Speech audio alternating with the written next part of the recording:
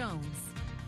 Okay, one more time, thank you for all the birthday wishes, everyone. Truly, it is such an honor to be your meteorologist. Now, I'm keeping my eye on this on-off rain shower activity as we see some heavier flooding. Now, you know I'm going to talk your ear off if you run into me in public, and I've been talking to my assistant here the whole time as we get ready to keep our eye on the 4th of July conditions. Now, temperatures over the last 24 hours, Jose, this is what we're talking about. We keep our eye on how fast we go from those lower 70s up into those lower 80s, and then we see where the rain kicks off as we start to cool off. Now we're going to see how quickly we drop back down into those lower 70s. That's going to let us know how much moisture is in the atmosphere and how much heat we're holding on to for the potential for more rain showers in the morning with some of those winds kicking off. 77 in San Angelo, everybody else in a combination of lower 80s and those upper 70s. So this is what we're looking for where the moisture could make its way in, Jose. So 75 up there in Sterling City, 80 down there in Junction. That's a 5-degree spread across the entire area. Lets me know some of the warmer air is off towards the east, so we're still holding on to much more moisture.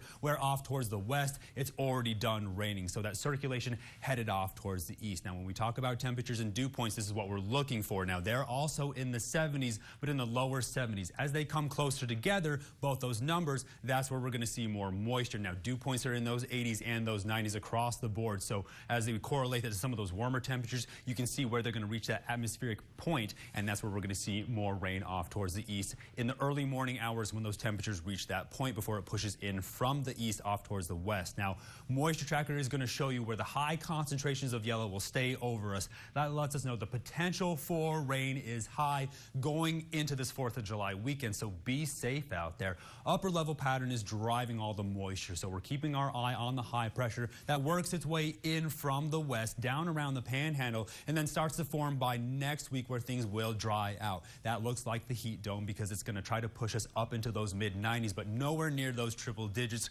More cool weather on the way. The high pressure that sits over us right now is causing all this instability, definitely right here where some of that moisture makes its way down from the Rocky Mountains and collides with all that Gulf moisture like it feels like the beach out there right now. Severe weather outlook is still the entire state of Texas, and we take you down to the surface because we're getting a better idea of where all this convection is starting to lead to. Some severe weather off near North Dakota, but when we follow that line all the way down, stay with me, Jose, we start to see where the cold air starts to collide with the moist air. Zooming in on the Concho Valley, this is where we really want to pay attention off towards the east when we talk about tonight into tomorrow, timing it out with all those fireworks. Radar right now showing you how the dry, cool air is off towards the east, where the warm, moist air is off towards the east, off towards the west. See, there's a lot going on, Jose.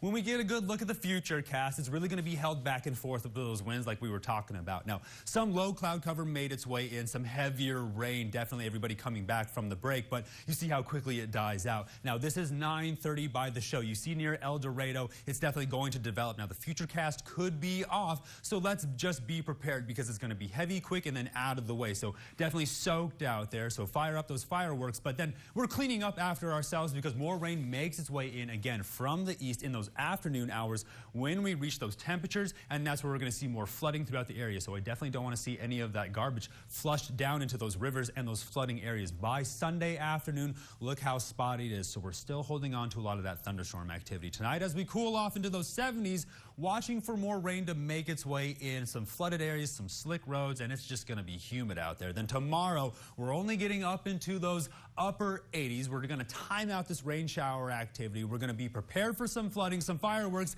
then more flooding. So we're taking our time so first responders can get to and from those emergencies. As we get closer towards next week, Zoe, I have changed this graphic into an actual car wash instead of a steak. Things will dry up as we round those mid-90s, but those overnight lows are going to lock themselves in that average lower 70s while we see those rain chances completely diminish. Stay tuned. More to the break. You're watching KSAN News at 10.